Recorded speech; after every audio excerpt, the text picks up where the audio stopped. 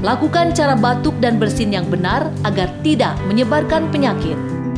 Tutup hidung dan mulut dengan menggunakan tisu.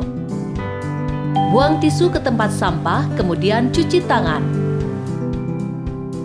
Jika tidak ada tisu, bisa menggunakan telapak tangan, kemudian cuci tangan. Jika Anda sedang menderita batuk, alangkah baiknya menggunakan masker. Cara yang paling baik dan aman, tutup hidung dan mulut menggunakan lengan atas bagian dalam.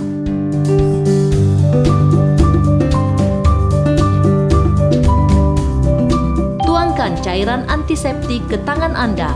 Ratakan antiseptik ke telapak tangan. Gosok punggung tangan kiri dengan telapak tangan kanan dan sebaliknya. Gosok telapak tangan dan sela-sela jari tangan. Gosok punggung jari, kedua tangan saling mengunci. Gosok ibu jari kiri secara berputar dengan genggaman tangan kanan dan sebaliknya.